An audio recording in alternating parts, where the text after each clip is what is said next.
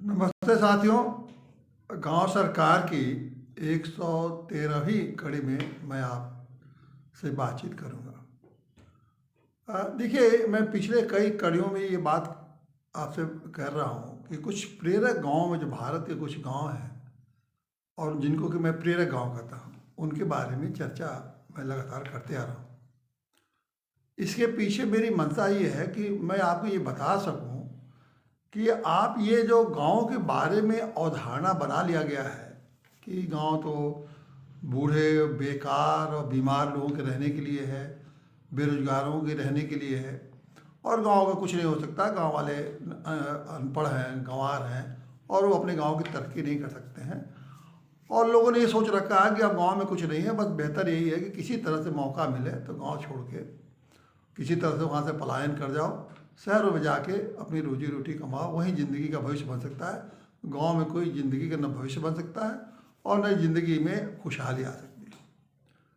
तो मेरा यही उद्देश्य है कि ये जो अवधारणा गांव के बारे में बना है, ये बिल्कुल गलत अवधारणा है। और ये अवधारणा जिन लोगों ने बनाया है वो एक लंबे समय से बनाया गया, और ख़ास करके देश की आज़ादी के बाद इस अवधारणा को अफसरों और नेताओं ने जो जिस तरह से गांव को बर्बाद किया, लूटा, अपना गुलाम बनाया, उनका भी इसमें बहुत बड़ा योगदान है। तो इसलिए मैं आपको ये बताना चाहता हूँ कि गांव ऐसा नहीं है। गांव में बहुत संभावना है, और एक एक गांव जिनकी चर्चा मैं कर रहा हूँ आपको, हर तरह से संपन्न हो गए हैं, हर तरह से अपना वो स्वयं अपने गांव का नियंत्रण करते हैं। न कोई अपराध रह गया है, न कोई वहाँ आपस में भेदभाव रह गया है। सारी सुविधाएं वहाँ गांव में हो जा रही हैं, और इतना ही नहीं, वो गांव में लखपति करोड़पति हो रहे हैं। गांव में रह के लखपति करोड़। तो ये गांव की इतनी संभावना है। इस संभावना को बताने के लिए मैं बार बार आपसे यही कहता हूँ कि ये जो अफसरों नेताओं ने जो गांव की अवधारणा बना रखी है, और जो इसलिए उन्होंने बना रखी है कि वो गांव को लूट रहे हैं, उनका तो नेतागिरी खत्म हो जाएगी अगर गांव संपन्न हो जाएंगे। अफसरों की अफसरगिरी खत्म हो जाएगी, उनके जो भ्रष्टाचार गांव से ही करना है उनको। तो वो लोग तो यही चाह रहे हैं, यही अवधारणा अपनी है। इसलिए मैं बार बार आपको किसी न किसी गांव की चर्चा कर रहा हूँ, और आज वैसे ही एक गांव की चर्चा कर रहा हूँ। यह है हिमाचल प्रदेश में, और हिमाचल प्रदेश का ये जो गांव है, यहाँ भी समझ लीजिए कि करीब करीब 225 परिवार का गांव है। 2200 की आबादी है इस गांव की, और इस गांव में भी सब करोड़पति है, लगभग सब करोड़पति है। हर परिवार लगभग करोड़पति है। किसी के 50 लाख की इनकम है, किसी की 75 लाख की इनकम है, किसी की 1 करोड़ की इनकम है, हर परिवार की। अब आप ये कल्पना करिए कि एक पहाड़ का गांव, सुंदर वातावरण, प्रकृति का इतना खूबसूरती, न कोई पर्यावरण, और उसके बाद घर बैठे 50 लाख, 75 लाख, 1 करोड़ की सालाना आय हो रही हो, तो इससे भी कोई सुंदर जीवन की कल्पना की जा सकती है? घर बैठे आप कोई घर गांव में, और सारे सुंदर प्रकृति और वातावरण में भी। तो ये है। इसीलिए मैं कहता हूँ कि ये गांव यही स्वर्ग है, आज के दिन में यही स्वर्ग है, और उन गांव वालों ने बनाया है। और ये सरकार के बूते पर नहीं बनाया है, इन अफसरों के बूते पर नहीं बनाया है, इन कर्मचारी नेताओं के बूते पर नहीं बनाया है, गांव वालों ने खुद बनाया है।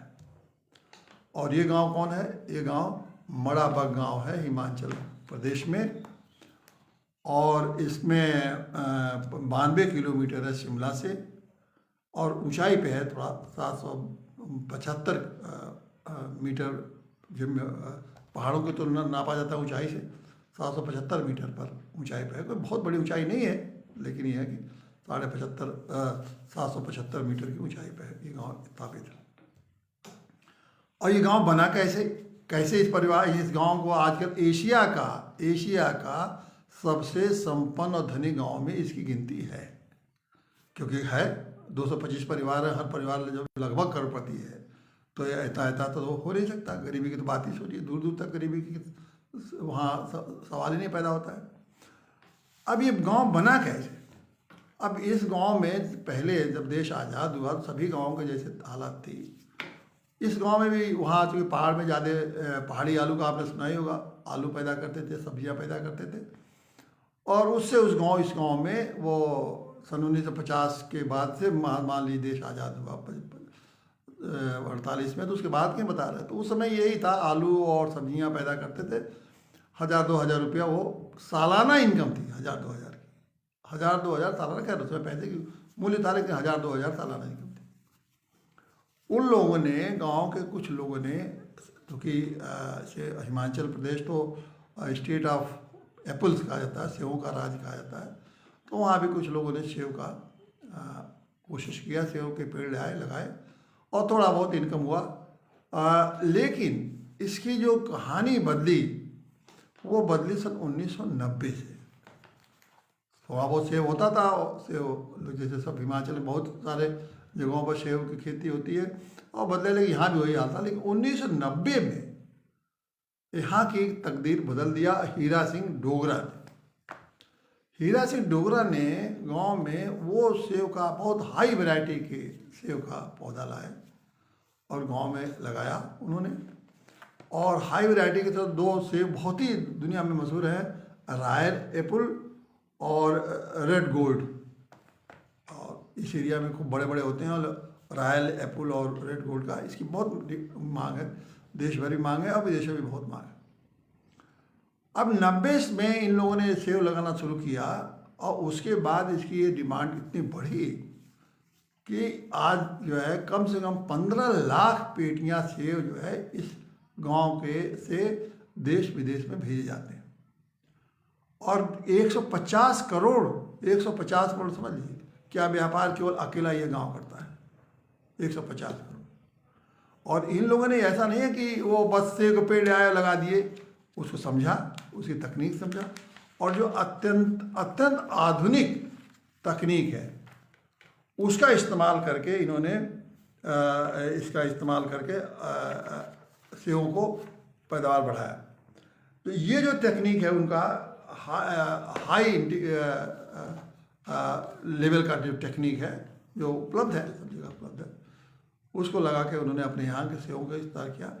कठिनाई भी है, और एक एक सेब के पेड़ों को वो टेक्निक से और जो जो वहाँ उसकी ज़रूरतें होती हैं उसको बहुत ध्यान से देते हैं। कभी कभी बहुत बर्फ़ पड़ जाती है तो फिर वो उनको जालियों से पेड़ों को ढकते भी हैं, बहुत बर्फ़ तेज, ताकि वो सेब के पत्तों पर डालियाँ टूट न जाएं। एक एक सेब का ध्यान देते हैं। इन्होंने मेहनत किया और आज उस गांव में ये है कि आलीशान कोठियाँ हैं, बड़ी बड़ी गाड़ियाँ हैं, सबके सारी सुविधाएं जो गांव में मिल सकती हैं, और उसके साथ जो पैसे हैं तो शिक्षा और स्वास्थ्य और तमाम चीज़ें वहाँ स्वतः वहाँ सारी चीज़ें उपलब्ध हो गई है। तो इस गांव का एक नमूना वहाँ के लोगों ने, गांव के ही लोगों ने इस गांव को ऐसा बनाया। तो यही बात मैं आपको ध्यान में दिलाना चाहता हूँ कि ये जो गांव के बारे में, गांव के लोगों की ताकत को कम मत आंके। गांव के लोगों की उनकी कल्पनाशीलता, उनका उद्यमशीलता, उनकी सोच, उनकी समझ, बस आपको ये करना है कि सरकारों को उन पर अपना हुक्म चलाना और अपनी योजना चलाने से बेहतर ये है कि उनको अपने ढंग से करने दें और आप उनको केवल सहयोग करिए, बस इतना ही करिए। आपको हुक्म चलाने लगते हैं, अपनी योजना लगाते हैं, अपने कर्मचारियों से योजना चलवाते हैं, ये जो, और उस कर्मचारियों में एक भी कर्मचारी, इनके 90% कर्मचारी बिल्कुल मूर्ख, जानकार नहीं, केवल नौकरी करते हैं और हमेशा 4 पैसा कमाने के चक्कर में रहते हैं, गलत राय देते हैं। उनके माध्यम से इन गाँव को जो विकास का इन अधिकारियों ने और नेताओं ने जो सिस्टम बना रखा है, यही सबसे बड़ा इस देश के लिए खतरा है। और ख़ास करके ग्रामीण व्यवस्था के लिए, ग्रामीण अर्थव्यवस्था के लिए तो इतना बड़ा खतरा है कि ये गांव को बर्बाद भी कर देंगे, मिटा भी देंगे, और हमेशा के लिए भारत भी उसी धारा में बह के भारत में मिट जाएगा। बहुत दिन दूर नहीं है। और उसका रीज़न है, देखिए आपको मैं उदाहरण दे रहा हूँ, ऐसे कैसे हुआ। उत्तराखंड का उदाहरण सबसे ज्वलंत उदाहरण है, क्योंकि संदर्भ आ गया तो इसलिए उदाहरण देना बहुत जरूरी है। उत्तराखंड का ज्वलंत उदाहरण, उत्तराखंड में हालत ये है कि अभी आप जोशीमठ का देख रहे हैं, ये जोशीमठ को इन सरकारी अधिकारियों ने, नेताओं ने उसके विकास का ठेका ले लिया, और आज ये स्थिति है कि इतना बड़ा धार्मिक स्थान, बद्रीनाथ का मुख्य द्वार बोला जाता है जोशीमठ, जिसकी पौराणिक महत्ता है, ऐतिहासिक महत्ता है, लोगों को जीवन का मतलब वो पहले जो जिसको भी पड़ा जोशी बद्रीनाथ जाना हो जोशी मठ में वहाँ रुकता है और दूसरे दिन फिर वहाँ पहले जब पैदल जाते थे तो लोग वहाँ से आगे बढ़ते थे। उसको इन सबों ने, नेताओं ने और अधिकारियों ने बर्बाद कर दिया अपनी योजनाओं, अपना योजना उसमें घुसा के लगा के उसको बर्बाद कर दिया। ये तो जोशी मठ का रोज सुन रहे हैं। अब क्या हालत है उन लोगों के, उन परिवारों को जो सैकड़ों साल से रहते आ रहे हैं, इनके नाते उनकी बर्बादी का एक गाथा लिखी जा रही है। ये देख लीजिए। उत्तराखंड की हालत ये है कि उत्तराखंड में पिछले 10 सालों में, गांव में 10 सालों में 5 लाख लोग उत्तराखंड छोड़ के या गांव से छोड़ के जा चुके। वो अभी वहाँ उन्होंने एक पलायन आयोग बनाया है कि भाई पलायन रोको आयोग है, उत्तराखंड ने 1917 में बनाया ये देखने के लिए कि कितने लोग पलायन कर चुके हैं। तो ये पता लगा कि 1700 से ज़्यादा गांव उत्तराखंड में, पूरा का पूरा ये 7 गांव में कोई नहीं है, सब गांव से छोड़ के जा चुके हैं और गांव में ताले लगे हुए, घरों में जो छोटे छोटे। और फिर ये तो बड़े गांव की बात बताएं, छोटे मोटे गांव जहाँ जैसे पहाड़ों में तो 10 घर का भी गांव होते हैं, 15 घर के भी गांव होते हैं, वो सब उत्तराखंड की हालत ये है कि सब ताले लगे हुए हैं, छोड़े हुए। ये है सरकार। ये सरकार उत्तराखंड इसलिए बना था, उत्तर प्रदेश से अलग होकर स्वर्ग बना देंगे उत्तराखंड को। उत्तर प्रदेश 22 सालों में उत्तराखंड की सरकार और वहाँ के नेता, वहाँ के अफसरों ने ये हालत कर दी है वहाँ के गाँव की। अब वो अब और ये सिलसिला रुक नहीं रहा है, लगातार जारी है। क्यों?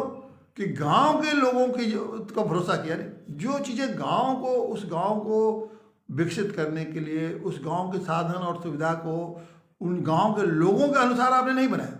आपने बैठ के देहरादून या पहले जब लखनऊ में था तो लखनऊ से पहाड़ों के लिए बन जाता था, और फिर अब देहरादून से बनने लगा। देहरादून से जो योजना चली और वहाँ पहुँच गई, और वो योजना पहुँचना क्या है, वो तो उसको बीच में ही अधिकारियों और नेताओं ने को लूटना है उस योजना को, वहाँ तो पहुँची नहीं। तो कोई योजना वहाँ पहुँची नहीं, तो इसलिए धीरे धीरे वो लोग कंगाल होते चले गए। अब वो कंगाली स्थिति में ये हो गया कि वहाँ जल की सुविधा मिली गांव में। भाई पहाड़ों में तो नदी बह रही है, लेकिन नदी 5 किलोमीटर दिखती है, पहाड़ से नीचे उतर के 5 किलोमीटर 3 किलोमीटर पहाड़ों में कौन जाके वहाँ से पानी लाए? न पानी की आपने ध्यान दिया, शिक्षा कैसे ध्यान नहीं दिया।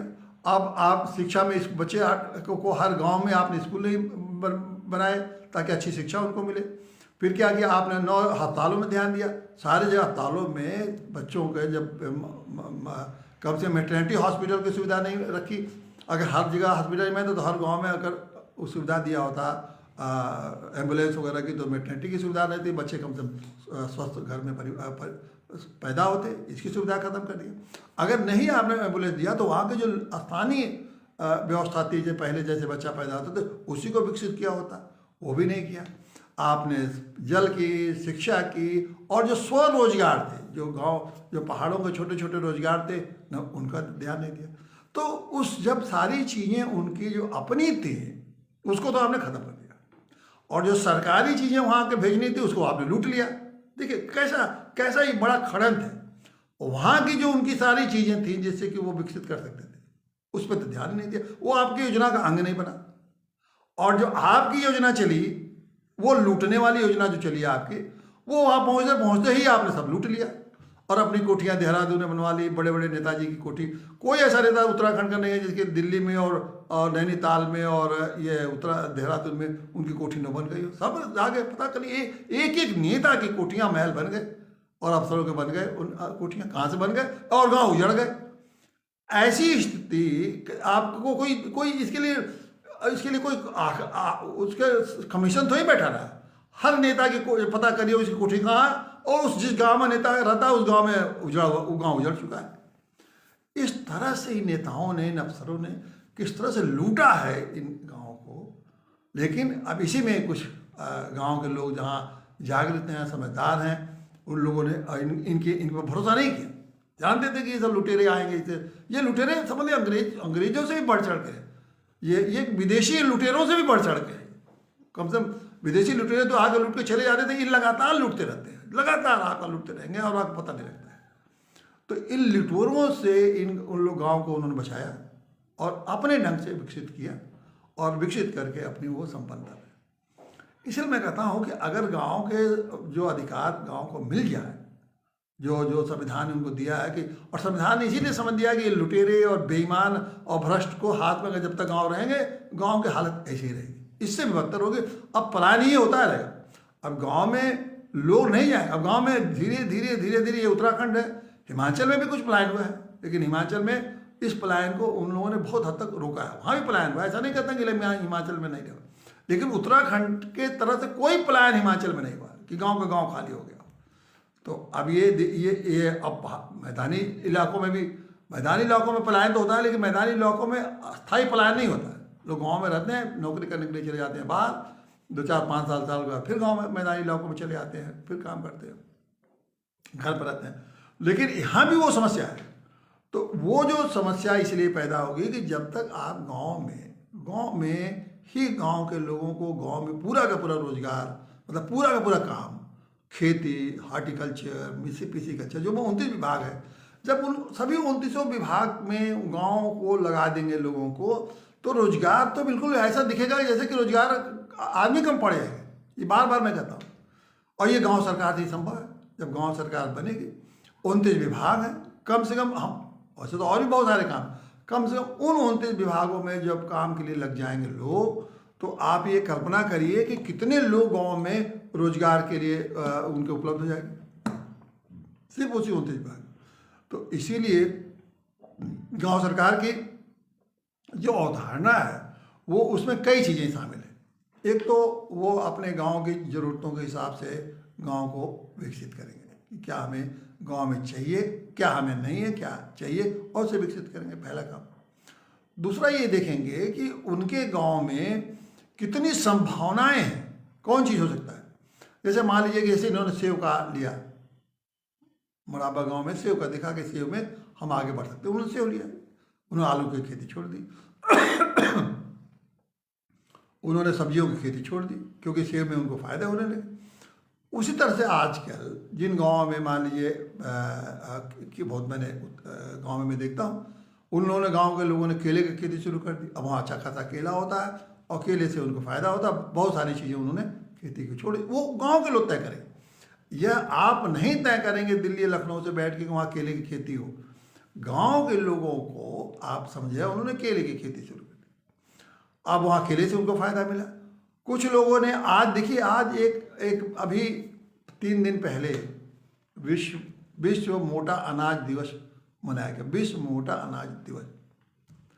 अब ये विश्व मोटा अनाज दिवस को इस देश में, हमको याद है बचपन में हमारे यहाँ, हमारे गांव में धान भी होता था, गेहूँ भी होता था, उसके साथ ये सारे मोटे अनाज, जिसमें कि होते थे, बाजरा होता था, और जो हर गांव का अलग अलग अनाज है, चना होता था, जो मोटे अनाज हैं। मोटे अनाज का मतलब ये है कि ये चावल और इसके अलावा जो अनाज, हम उसके सारे उसकी सूची में नहीं मालूम है, लेकिन जो मोटे अनाज आजकल हर जगह होटलों में, बड़ी बड़ी जगहों पर दुनिया में इसका, तभी तो विश्व मोटा अनाज दिवस मनाया जा रहा है। अब मोटा अनाज के प्रचलन हमने बंद कर दिया। मोटे अनाज में क्या है, तो पानी कम होती है। पहाड़ों में जहाँ पानी कम पैदा होती है, वहाँ मोटा अनाज अगर पैदा करिए तो उसका बहुत, मोटे अनाज की कीमत भी ज़्यादा है। बहुत सारे गांव जहाँ उनके पास ये संसाधन, उतना जल का नहीं है, वो तय कर सकते हैं कि हम मोटा अनाज पैदा करेंगे, उसकी खेती करेंगे। अब मोटे अनाज की खेती में अगर वो कर रहे हैं, तो उस गांव के लोगों को सरकार को द्वारा उसको सहयोग करना चाहिए। बस सहयोग करें, अपना हुक्म मत चलाएं, अपना बुद्धि मत चलाएं, उनको बस सहयोग करें कि उसके मोटे अनाज को बीज, अच्छे बीज कहाँ से मोटे अनाज के कहाँ मिल सकते हैं, कौन से मोटे अनाज की ज़्यादा ज़रूरत है, ये सारी बातें अगर दे सकते हैं, दे, नहीं तो गांव के लोग खुद अपना पता करेंगे कि कहाँ से गांव के लोगों को इस तरह के ज्ञान धीरे धीरे मिलेंगे, तो खुद पता कर लेंगे। अभी सिर्फ मोटे अनाज से ही गांव के लोग अपनी खेती को, एक तो जल का कम खर्च होगा, तो जल की जब कम खर्च होगा तो पैसा बचेगा, वहाँ लागत कम हो जाएगी। जैसे ही पानी की सिंचाई से लागत बढ़ती है, पानी की सिंचाई कम हो जाएगी, उतनी खाद की जरूरत नहीं पड़ेगी, उसमें मोटे अनाज में उतनी खाद की जरूरत पड़ती नहीं है, खाद की लागत कम हो जाएगी, कीमत अनाज की अधिक हो जाएगी। तो सिर्फ मोटे अनाजों का अगर ये काम शुरू करें, जौ बाजरा वही जैसे मैंने कहा, तो उससे आय उन लोगों की बढ़ जाएगी, एकदम से डेढ़ी दुगनी आय उनकी सिर्फ मोटे अनाज वो गांव के लोग करते हैं। लेकिन इसका मतलब नहीं कि अगर एक गांव ने मोटे अनाज से काम शुरू किया तो सारे गांव को जरूरत पड़े। जहाँ पानी की खूब सुविधा है, आपको निरंतर पानी की सुविधा, वहाँ मोटे अनाज की पैदा की जरूरत नहीं है। वहाँ अच्छे अच्छे चावल पैदा करिए, अच्छे अच्छे गेहूँ पैदा करिए, वहाँ और चीज़ें पैदा करिए यहाँ का आपको। तो ये तो गाँव के हर गाँव के लोग ही तो तय करेंगे कि हमें क्या पैदा करना है। कुछ जगहों पर मोटे अनाज भी नहीं हो रहा है, मालिक फसल भी नहीं, वहाँ फलों की आप फलों का काम शुरू कर दीजिए। अब तो ऐसे ऐसे फल आ गए हैं जिनकी कि दुनिया भर में कीमत हो रही है। कुछ जगहों में आजकल, जैसे पहले भी मैं इसी चर्चा कर चुका हूँ कि ये जो जैविक खेती, अब जैविक खेती का भी है कि कुछ गाँव ने अपने को पूरा का पूरा गाँव ने ये तय कर लिया कि हम ये केमिकल फर्टिलाइज़र की हमें ज़रूरत नहीं है। उन गाँव को अपने को पूरा गाँव मिल के सब जैविक खेती करते हैं। और जैविक खेती यह है कि उनकी कीमत भी अच्छी मिलती है, पैदावार भी, पहले उनको लगा कि इससे जैविक खेती से पैदावार तो कम हो रही है, लेकिन साल 2-3 साल में उन्होंने अपनी स्थिति को, उस पूरे तकनीक को जब समझ लिया, तो जैविक खेती से उनके जो सामान्य पैदावार होती है उससे ज़्यादा पैदावार भी होने लगी। तो वो पैदावार भी उन्होंने अपने बढ़ाया, स्वास्थ्य भी ठीक कर लिया अपना, अपने भी केमिकल नहीं खाते हैं तो स्वास्थ्य भी अपना ठीक रहता है। और लागत बिल्कुल, फर्टिलाइज़र के लिए, खाद के लिए लंबी लंबी लाइनें लगा रहे हैं, दौड़ रहे हैं, खरीद रहे हैं, ब्लैक में खरीद रहे हैं, उसे उनके पैसे भी बचे।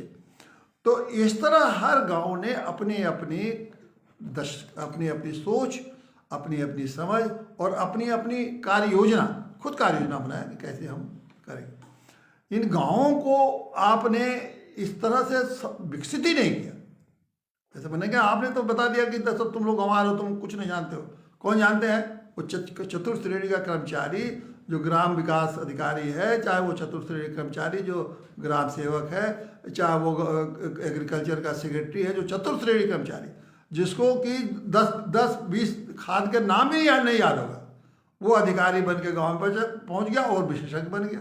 अब उसी से राह ले रहे हैं और वो उसी को हुक्म यहाँ से बैठे बैठे जो प्रदेश में और जिले और देश में तो बड़े बड़े अधिकारी, director, deputy director, joint director, भाई लंबा इनके डायरेक्टरों की सूची है, वो हुक्म देंगे और योजना भेजेंगे और कहा इस योजना को लागू करो, ये योजना लगाओ, और ये इनकी योजनाएं लागू होंगी और फिर बजट पास होगा। बजट पहुंचना है आज, पहुंचेगा 6 महीने बाद, फिर 6 महीने बाद पहुंचेगा, फिर उसमें लूट खसोट, कमीशनबाजी, और ये उसकी मतलब ऐसी लूट गाँव के हो रही है। मतलब ये लूटों से, मतलब ऐसी बड़ी लूट आप गांव वाले समझ नहीं पाते हैं किस तरह लूट है। मैं तो समझता हूँ ना कि इतनी बड़ी लूट तो साल डाकू भी नहीं कर सकते, क्योंकि वो आए और डाकू लूट के चले गए जो आपकी प्रॉपर्टी को करते। ये निरंतर आपकी एक चीज़ का लूट रहे हैं, और आप गांव, और आपका अंत में निराश, हताश, बीमार पड़ के अपनी ज़िंदगी को कोसते रहते हैं गाँव। तो ये स्थिति जो है गाँव की, ये तब मैं बार बार इसीलिए कहता हूँ कि गांव में संभावना है। गांव को मैं देश भर के गांव के बारे में, अभी तो मैं तमाम गांव के बारे में बताऊंगा, देखिए जानिए आप। अब मैं तो रोमांच उठता हूँ कि अगर हम गांव में पहाड़ी गांव में रह रहे हैं, सुंदर वातावरण रह रहे हैं, और 1 करोड़ मेरी सालाना आय हो रही है, ऐसा जीवन क्या किसी को मिल सकता है? सुंदर वातावरण, सूरज का, प्रकृति का, कहीं कुछ नहीं, कोई बीमारी नहीं, कहीं कुछ नहीं, सब संचित, और करोड़ों रुपया साल में, और वो करोड़ रुपया 1 साल में करोड़। अब बताइए 1 साल में अगर करोड़ हुआ तो 10-5 साल में बढ़ते बढ़ते कितना करोड़पति हो जाएंगे। दुनिया की कोई सुविधा ऐसी नहीं है जो कि उस गांव के लोगों के पास उपलब्ध न हो जाए। ऐसा जीवन, और ये शहरी जीवन क्या है? दिल्ली में आप चले जाइए, क्या हो जाएंगे आप? तो आपके पास 10-5 करोड़ हो भी गया तो वहाँ पर्यावरण, बच्चों के फेफड़े खराब हो रहे हैं, आप बीमारी में हैं, अस्पताल में दौड़ रहे हैं, आपके पूरे घर में किसी को शुगर है, किसी को डायबिटीज है, कोई ब्लड प्रेशर है। उन्होंने ज़िंदगी में पैसे होते हुए भी ज़िंदगी जी नहीं पा रहे, बिल्कुल तनाव, परेशानी। और वो लोग प्रकृति के साथ रह के और शानदार ज़िंदगी, शांतिमय ज़िंदगी। और जब ये शांति और ज़िंदगी, तो आप जानते हैं इसका अंतिम स्वरूप क्या आता है? उसका ईश्वर का साक्षात्कार, धीरे धीरे वो ईश्वर से जुड़ जाते हैं। यह जीवन तो सुखमय होता ही है, अगला जीवन भी सुखमय हो जाता है। अगला जीवन में ईश्वर के साथ उनका संबंध जुड़ जाता है, क्योंकि शांति रहेगी तो ईश्वर से साक्षात्कार होगा। जब ईश्वर साक्षात्कार होगा तो जन्म जन्म का ये झंझट भी खत्म हो जाती है। ये है गांव, ये गांव की ताकत, ये गांव की ये क्षमता, जहाँ की आप इस तरह की ज़िंदगी बिता सकते हैं। लेकिन आपको तो बता दिया गया है कि गांव तो ये तो मूर्खों का जगह है, बीमारों का जगह है, किसी लायक नहीं हो तुम लोग बस खाली जातिवादी हो, नेताओं के पीछे घूमते हो, उनको अधिकारियों को घूस देते हो, उनसे गिड़गिड़ाते हो, उनसे डरते हो, मुकदमा आपस में लड़ते हो, बस यही तुम्हारा गांव, यही इसी लायक हो तुम। तो इसी लायक हो, इसी लायक रहो। और ये जन्म क्या, जन्मांतर अपनी तो तुम्हारा बर्बाद हुआ ही, अपना जन्म, अपने बच्चों का जन्म बर्बाद करो, अपना पीढ़ी दर पीढ़ी अपने को बर्बाद करते रहो। और गांव से बहुत उब जाओ तो भाग के जाओ शहर में जाओ, शहर में नहीं हो तो सुसाइड करो, नहीं तो कहीं धक्का खा के मर जाओ। कोई पूछने वाला नहीं है कि कहाँ तुम मर गए, किसकी लाश है, म्यूनिसिपैलिटी वाला आएगा उठा के ले जाएगा, कहीं मुफ्त में आपकी तुम्हारी बॉडी को जला देगा, पता भी नहीं लगेगा कि किस गाँव में कहाँ रहने वाले। तो ये जो पीड़ादायक स्थिति है, इसके निकलने का बस एकमात्र रास्ता है, एकमात्र, कि गांव सरकार बनाए। और गांव सरकार बनेगी, धीरे धीरे आपको लगेगा कि आपके पास कितनी शक्ति है, क्या कर सकते हैं। फिर आपकी चेतना जगेगी, आपके अंदर कल्पनाशीलता तो है ही है, आपका अपना उद्यम बनेगा। और धीरे धीरे आप देखेंगे 4-5 साल में गांव में हर व्यक्ति की आय, हर परिवार की आय, मैं बहुत बड़ी बात नहीं करता करोड़पति बन जाएगा, हर व्यक्ति की आय कम से कम 10,000-15,000 रुपया की गांव में हर महीने कमाने की हो जाएगी। पहले आप करके तो देखिए इसको। और लेकिन ये गांव सरकार ऐसे नहीं बनेगी, ये नेता बनने नहीं देंगे, अफसर बनने नहीं देंगे।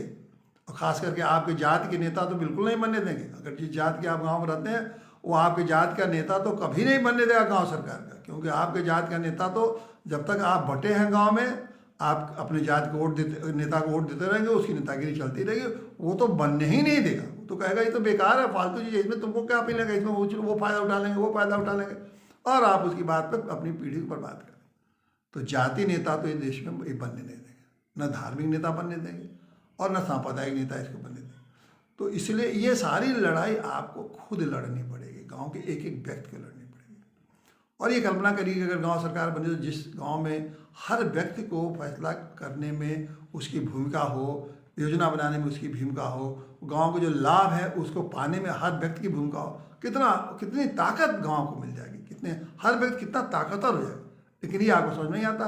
आपको ये समझ में आता है कि हमारे जात का नेता हो गया तो हमारी ताकत बढ़ गई, क्योंकि वो दलाली कर देगा थाने में जाके, आपका कोई फंसवाएगा, फिर आपकी दलाली करे। खुद हर जात का नेता दलाल है, समझ लीजिए आज के दिन। कोई जात का नेता, चाहे ब्राह्मण जात का नेता हो, चाहे क्षत्रिय जात का नेता हो, चाहे राजभर जात का नेता हो, चाहे निषाद जात का, इस सब के सब या दलित जात का नेता हो, सब के सब दलाल है। और ये दलाली की तो आप जो समझ नहीं लेते हैं, समझ आपको आता नहीं किस तरह दलाली करते हैं, गहराई में जाएगा तो आपको समझ में आ जाएगा। इनकी दलाली का सबसे बड़े भुक्तभोगी आप हैं, सबसे बड़े भुक्तभोगी आप हैं। आपको जो स्वाभाविक रूप से आपकी जो तरक्की होनी चाहिए, और जो सब समाज के सारे लोग मिलकर जो आगे बढ़ने की जो अवधारणा है, उसको इन सबों ने ख़त्म कर दिया इस दलाली से।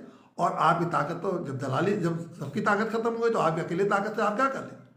तो इन चीज़ों को समझिए, और गांव सरकार बनाने के लिए आप जिस तरह की ज़रूरत हो, जिस संघर्ष की जरूरत संघर्ष करिए, आवाज़ उठाने की जो आवाज़ उठाइए, वैचारिक स्तर पर विचार फैलाने की जरूरत हो विचार फैलाइए। लेकिन हर हालत में गांव सरकार बनाइए। जितना जल्दी गांव सरकार बनेगा उतने ही जल्दी गांव स्वर्ग बनेंगे, और गांव स्वर्ग बनेगा तो भारत भी स्वर्ग बनेगा, ये निश्चित है। और ये मैं जानता हूँ गांव सरकार एक दिन बनेगा, लेकिन इसके ऐसा ना हो कि गांव सरकार तब बने जब तक कि गांव सरकार को ये सब पूरी तरह से लूट के ख़त्म कर चुके हैं। जैसे उत्तराखंड में है, अब बताइए 2000 गांव से लोग भाग चुके हैं, तो अब गांव सरकार बन भी जाएगी तो वहाँ गांव सरकार का कैसे बन पाएगी। पूरा का पूरा गांव तो वहाँ से 2000 गांव तो गायब है ही नहीं रह गए। तो अगर वो गांव सरकार की व्यवस्था वहाँ बन कैसे बनेगी, असंभव है। उसी तरह अगर सारे गाँव उजड़ ही गए तो गाँव सरकार बन कहाँ पाएगी। इसीलिए जितना जल्दी हो गाँव सरकार बनाने के लिए आप संघर्षरत हो जाइए, यही मेरी आपसे हम बार बार निवेदन करता हूँ। धन्यवाद साथियों, एक बार पुनः बहुत बहुत धन्यवाद।